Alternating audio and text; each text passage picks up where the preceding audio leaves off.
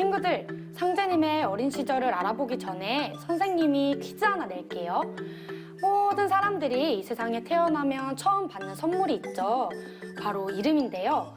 상제님은 하나님이시기 때문에 이름이라고 부르지 않고 조남으로 높여 불러야 해요. 그럼 다음 보기를 보고 상제님의 조남을 맞춰주세요. 1번 등자 산자, 2번 일자 순자, 3번 학자 봉자. 저요, 1번이요. 우리가 상제님을 증산 상제님이라고 불러서 그렇게 생각했구나. 그런데 증산은 상제님의 존함이 아니라 존호예요. 존호가 뭐예요? 옛부터 우리 선조들은 어른의 이름을 함부로 부르는 건 예의가 아니라고 생각했어요. 우리 친구들도 부모님이나 선생님의 성함을 함부로 부르지 않죠? 네. 그래서 어른이나 높은 분을 부를 때에는 이름 대신 호를 불렀는데요. 쉽게 표현하자면 별명 같은 것이죠. 아, 알았다. 선생님, 이율곡 선생님의 율곡도 호죠? 그렇죠. 이율곡 선생님의 이름은 원래 이인데 사람들이 부르기 쉽게 율곡이라는 호를 쓰신 거죠. 아하, 그럼 상대님의 진짜 존함은 뭐예요? 상대님의 존성은 강씨이시고 존함은 일자 순자이세요. 한일자는 상제님께서 온 인류가 기다려온 한 분의 하느님이시다라는 뜻을 담고 있고요. 순자는 순박하다, 참되다라는 뜻을 담고 있어요. 앞으로 같이 공부해보면 상제님께서 인간으로 오셔서 일생을 얼마나 참되게 사셨는지 잘 알 수 있을 거예요. 선생님, 상제님의 존호인 증산의 뜻도 궁금해요. 그건 도전 박사님이 잘 알려주실 것 같은데요. 우리 도전 박사님한테 한번 물어볼까요? 네. 궁금증 친구들 안녕. 상제님의 존호인 증산의 뜻이 궁금하다고? 증산은 시루증자 뇌산자로 시루산이라는 뜻이야. 시루는 떡을 찌는 그릇이야. 여러 가지 곡식을 시루에 넣어서 푹 찌면 맛있는 떡이 되지. 그것처럼 증산에는 이 세상 모든 설익은 문화와 가르침을 상제님의 진리로 푹 익혀서 성숙시킨다는 뜻이 담겨 있어. 근데 저 지난번 성지순례 갔다가 시루산을 봤어요.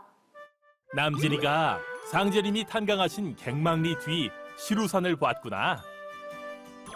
실제로 성부님과 성모님께서 시루산에 올라 훌륭한 자손을 낳기를 기도 올리시고 상제님 성령을 잉태하셨어. 상제님께서도 어린 시절부터 시루산에 자주 오르셔서 수도하시며 이 산의 이름을 따서 증산이라는 호를 스스로 지으셨지. 맞아요. 상제님께서는 봄, 여름 세상의 설익은 문화와 가르침을 익혀서 성숙한 가을 세상 진리로 완성시켜 주셨어요. 도전 박사님 말대로 상제님의 존호에는 그런 깊은 뜻이 담겨 있답니다. 그런데 친구들, 아까 보기의 맨 마지막에 학자, 봉자라는 존함이 있었는데 그건 누구의 존함일까요? 에이, 선생님, 상제님의 어린 시절 존함이잖아요. 그건 이야기 도전에 다 나와 있다고요. 역시 우리 초립둥이들 도전을 아주 잘 읽고 있네요. 그럼 본격적으로 상제님께서 학자, 봉자로 불리셨던 어린 시절 이야기 들어볼까요? 네.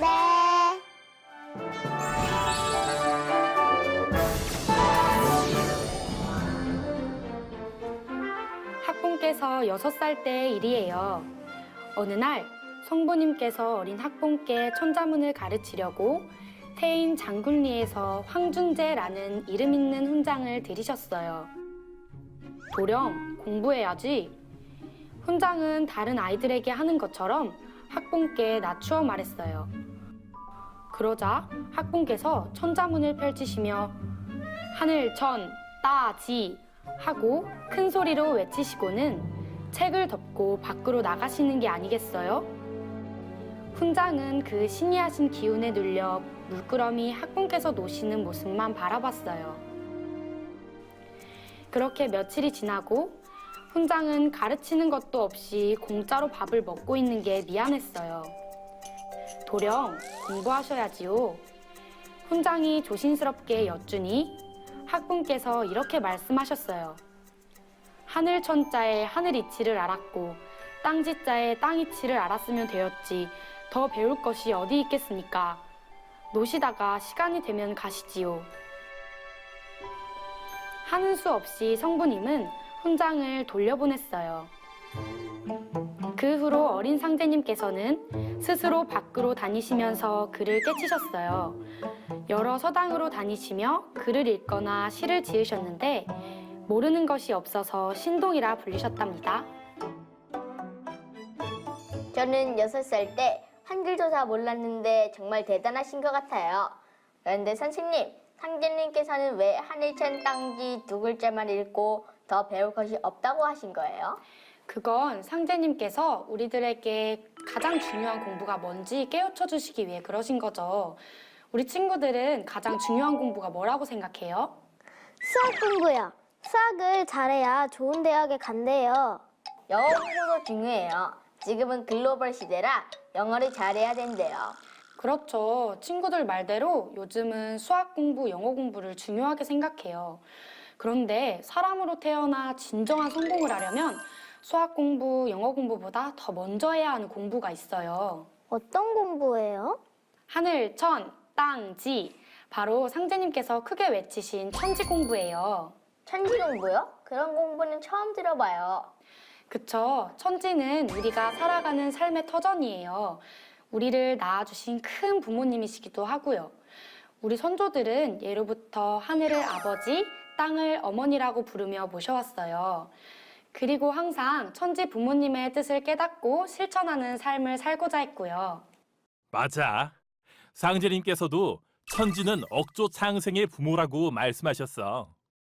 자식은 부모님의 외모와 성격을 닮지.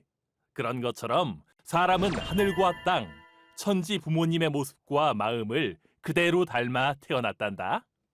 우리가 하늘과 땅을 닮았다고요? 하나도 안 닮은 것 같은데요? 맞아요. 저도 이해가 안 가요. 그럴 줄 알고 선생님이 자료를 준비했죠.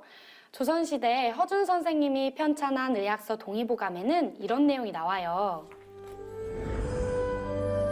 천지 만물 가운데 사람이 가장 귀하다.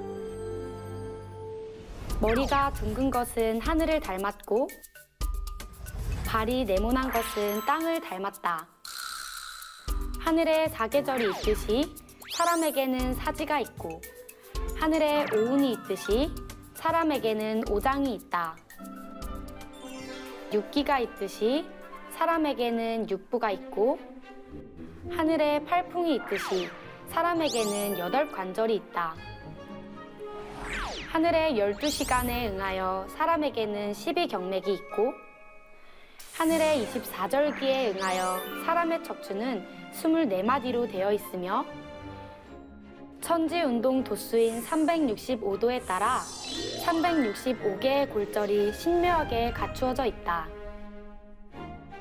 우와, 정말 신기하네요.